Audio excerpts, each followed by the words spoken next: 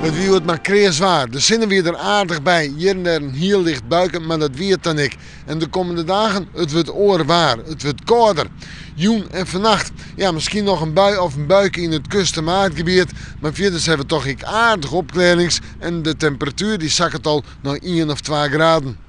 Op de eilanden zijn 4 graden. De wind gaat om naar het oosten, oost, zuidoost. En die zal matig wezen of zwak, maar in het kust- en watergebied nog vrij krachtig. Ja, en dan morgen. Een dag met flink wat zinnen, denk ik. In de maand is nog wel wat bewolking, maar staat gewoon winterzinnig terrein. En dan hebben we het betere waar van Nederland.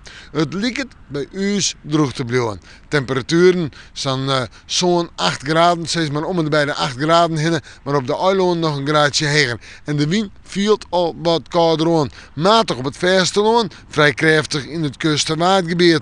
En dan de nacht, die houdt al een temperatuur om en bij de 0 of -1. Jawel, wat echte frost.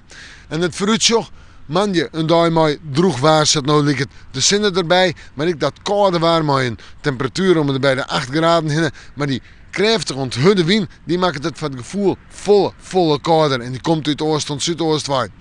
Deze Rijn of lichte Rijn, waasje komt de zinnen te vastzien, lijkt het een droege dag te wezen, met een temperatuur om en bij de 6 graden heen. Ja, ze blijft het toch aardig kouder. We maken manje, maar wel even in het waasje.